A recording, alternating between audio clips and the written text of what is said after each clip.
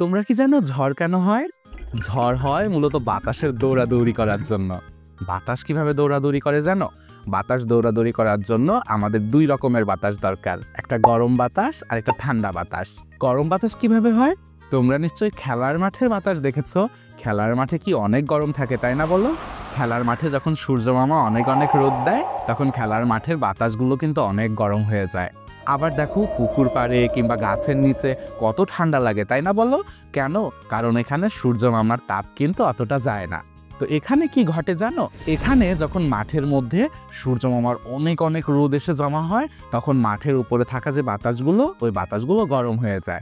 আর ওই গরম বাতাস উপরের দিকে উঠতে শুরু করে। আর আশেপাশে যে ঠান্ডা বাতাসগুলো থাকে, ওই ঠান্ডা বাতাসগুলো তখন দৌড়ে দৌড়ে চলে আসে ওই ফাঁকা জায়গাটাকে দখল করার জন্য। আর তখনই সেখানে বাতাস প্রবাহিত হয়। আর এই বাতাসগুলোই যখন অনেক জোরে জোরে প্রবাহিত হয়, অনেক বাতাস একত্রিত হওয়ার কারণে তখন ঝড়ের সৃষ্টি হয়। বুঝতে পেরেছো নিশ্চয়ই কিভাবে ঝড় হয়?